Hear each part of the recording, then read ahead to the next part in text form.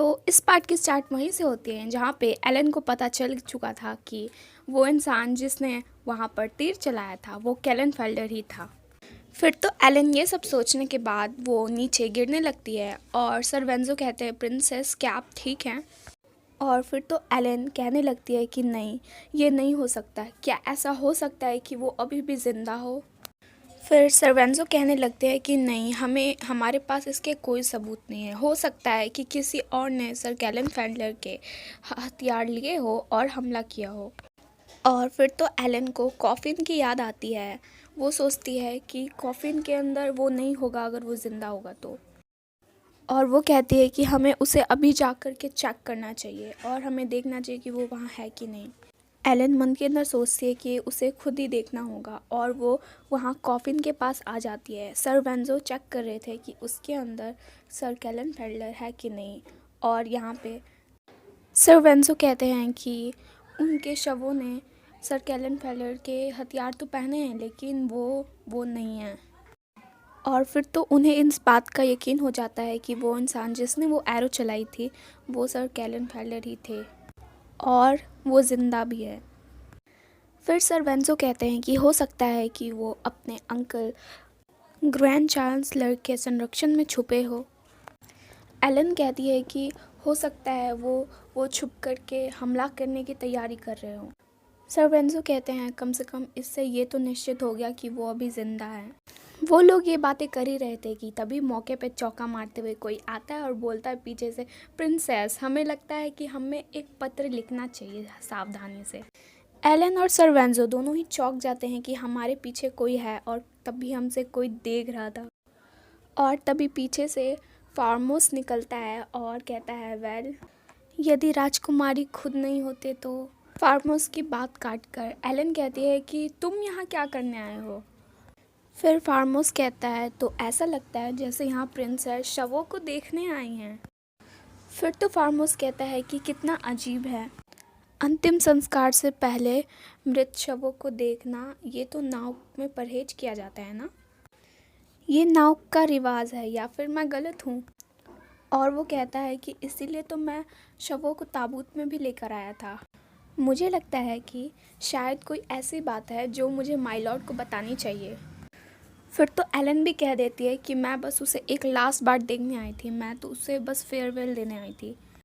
अंतिम संस्कार कल से शुरू हो रहा है और ये मेरा आखिरी मौका था उससे मिलने का। और वो कहती है कि मैंने और लॉर्ड तेवाकन ने ईमानदार और सच्चा बनाने के लिए वादे किए हैं और प्रतिज्ञा भी ली है, इसीलिए मैंने सोचा कि ये सही होगा अगर मैं एक आखिरी बार उससे मिल लूँ और उसे गुड बाय बोल दूँ।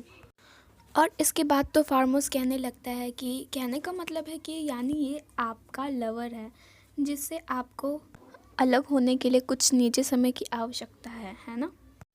हाँ, तो एलन भी पूछ लेती है तो क्या इसमें कोई समस्या है? फिर तो फार्मोस भी कह देता है नहीं नहीं, कोई समस्या नहीं है, लेकिन मैं मेक श्योर करूँगा कि मैं ये सब लॉर्ड तेवाकन को ज़रूर बता दूँ। इसके बाद तो एलन जाने लगती है और कहती है फिर तो मैं जाती हूँ और मुझे होप रहेगी कि तुम्हें इस रात की खोज से कुछ प्रगति होगी।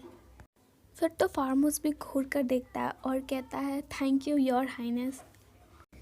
इसके बाद तो एलन टोंट मारकर निकल रही थी और फार्मोस पीछे से कहता है कि अगर आपने ऐसा कहा है तो ऐसा ही होगा।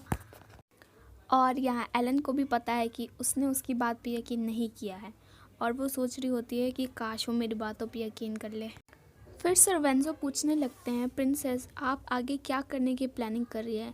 मेरा मतलब आपकी शादी से है।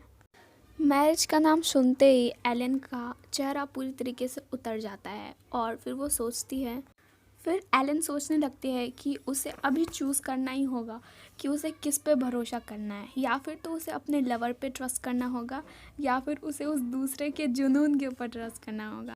एलन सोचती है कि हाउस कैलन फेल्डर अपने उत्तराधिकारी की रक्षा के लिए कुछ भी करेगा और लॉर्ड तेवाकन भी उसको नष्ट करने से पीछे नहीं हटेंगे। वो सोचती है कि उसे अपने लवर के ऊपर यकीन करना चाहिए और बर्बादी को देखना चाहिए या फिर बस तेवाकन को चुनकर नौक के भविष्य को सुधारना चाहिए। और ये सब सोच के उसका दिमाग तो पागल हो जाता है और एलन के ये ख्यालों को तोड़ते हुए सर वेंजो कहते हैं हमें जल्दी से कुछ करना होगा। एलन कहती है कि माफ़ करना, आपने क्या कहा? सर वेंजो कहते हैं कि हमें फिनरल की तैयारी करने के लिए उनके परिवार को भी निमंत्रण देना चाहिए। हमें उन्हें उनके परिवार के सदस्यों के निधन के बारे में बताना ही होगा और उनके बारे में इसके ऊपर चर्चा करनी होगी।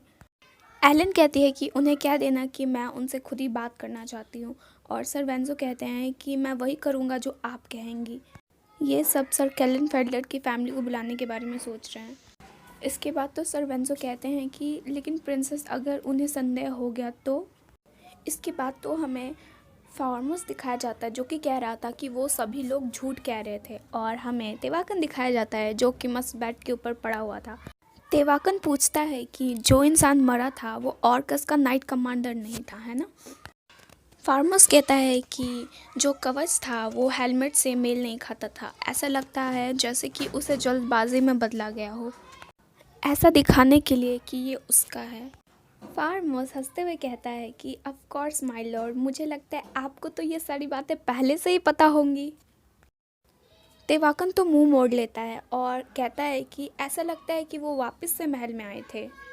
फार्मस कहता है कि मुझे लगा था वो अपने आदमियों की बलि दे करके यहाँ से दूर भाग गया होगा, लेकिन ऐसा लगता है मैंने जितना सोचा था वो उससे भी ज़्यादा मूर्ख है। तेवाकन कहने लगता है कि शायद से उसके दिमाग में है कि नाव ख़त्म हो चुका है लेकिन उसका प्रिंसेस के साथ रिलेशन अभी भी ख़त्म नहीं हुआ है। फिर तो फार्मस बात को आगे बढ़ाते हुए कहता है कि आप कहना चाहते हैं कि वो राजकुमारी के साथ यहाँ से भागने की योजना बना रहा है। फिर तो वो सोचते हुए कहता है कि ये कोई आसान काम नहीं है क्योंकि प्रिंसेस के लिए नाव सब कुछ है और वो उसे अपनी रिस्पॉन्सिबिलिटी भी मानती है। फिर तो फार्मस कहता है कि क्या आप मानते हैं कि वो तीर उसी का काम था? क्योंकि वो ऑर्कस का नाइट कमांडर है इसीलिए वो तीर चलाना तो जानता ही होगा। फिर तो फार्मस कहता है कि माय लॉर्ड, आप जानबूझकर मार खाने वालों में से तो नहीं हैं।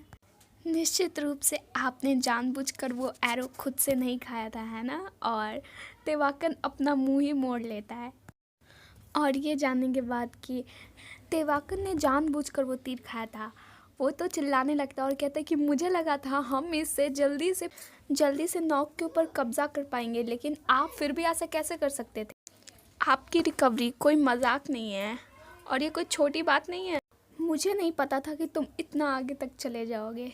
बेचारे को तो यकीन ही नहीं हो रहा था। फिर तेवाकन फार्मस को इग्नोर करके कहता है कि मैंने कभी सोचा नहीं था कि उसका प्रेमी इतना ज़्यादा शेमलेस होगा। वो कह देता है कि उस दिन उसने मुझे नहीं प्रिंसेस को मारने की कोशिश की थी। ये सुनने के बाद तो फार्मस को भी यकीन नहीं होता कि वो क्या सुन रहा है। फिर तो फार्मस भी कंफ्यूज होकर सोचता है कि क्या वो राजकुमारी को तीर लगने से परेशान है? उसने कुछ दिन पहले ही कहा था कि वो बस दावा कर रहा है, क्या उसका दिल बदल गया है? और फिर तो फार्मस खुद को ही समझाते हुए कहता है कि नहीं, माय लॉर्ड उस जैसे को कभी नहीं पसंद करेंगे। फिर तो फार्मस खतरनाक सोचने लगता है और वो सोचता है कि अगर वो जल्दी मर जाती है तो ये सुविधा की बात होगी।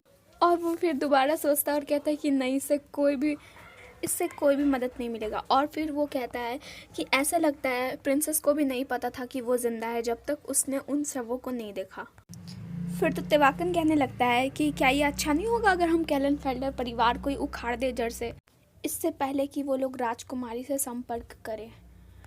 तेवाकन वहाँ पे बैठे बैठे सोचने लगता है एलन के बारे में। उसे याद आती है उसकी बातें जहाँ उसने कहा था कि तुम बस नॉक को लोगे और इसके अलावा कुछ भी नहीं। तेवाकन को उसके सपनों से जगाते हुए फार्मस कहता है कि हमें बस कुछ ही देर वेट करना होगा और उसके बाद हमें प्रिंसेस के इरादों का पता चल जाएगा। और वो कहता है कि लेकिन मैं महल की निगरानी करूँगा और इसके बारे में उसके सामने प्रस्ताव रखूँगा। फार्मस ये कहकर वहाँ से चला जाता है और हमें दोबारा से तेवाकन एलन के बारे में सोचने लगता है और उसे उसका फेस याद आता है कि जब उसे तीर लगा था और उसे गुस्सा आ जाता है। वो सोचता है वो दुष्ट उसका प्रेमी है, मुझे उसे मार देना चाहिए था। और इसी के साथ हमारा ये चैप्टर यहीं पे एंड होता है। फ्रेंड्स, मुझे तेवाकन से तो यही उम्मीद था, लेकिन नेक्स्ट पार्ट बहुत इंटरेस्टिंग होगा। इसके लिए लाइक कमेंट करना मत भूलना।